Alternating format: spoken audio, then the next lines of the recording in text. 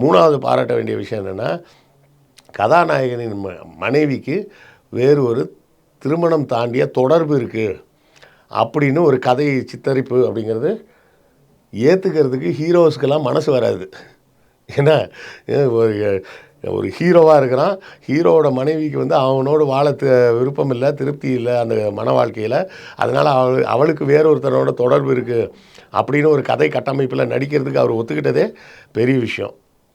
4வது முக்கியமான பாராட்ட வேண்டிய விஷயம் என்னென்னா, அஜித்தை அவர் மனைவி த்ரிஷாவை தவிர மீதி எல்லாரும் வந்தவங்க போனவங்கலாம் போட்டு அடி சாத்துன்னு சாத்துறாங்க கட்டி வச்சு. ஹீரோ அடி வாங்குற மாதிரி நடிக்கிறதுக்கு ஒத்துக்கிறதும் ஒரு பெரிய விஷயந்தான். கரெக்டாக நம்ம ஊர்லலாம் படத்துங்களில் பார்த்தீங்கன்னா, கதாநாயகன் மொதல் சீன்லேயே 50 பேரை தூக்கி போட்டு பறக்க விட்ற மாதிரி தான் சீன் வச்சுருப்பாங்க. அப்படி இருக்க இதில் வந்து கதாநாயகனை எல்லாரும் போட்டு அடிக்கிறாங்கன்னு சொல்கிற மாதிரி ஒரு கதையில் அவர் நடிக்க ஒத்துக்கிட்டதும்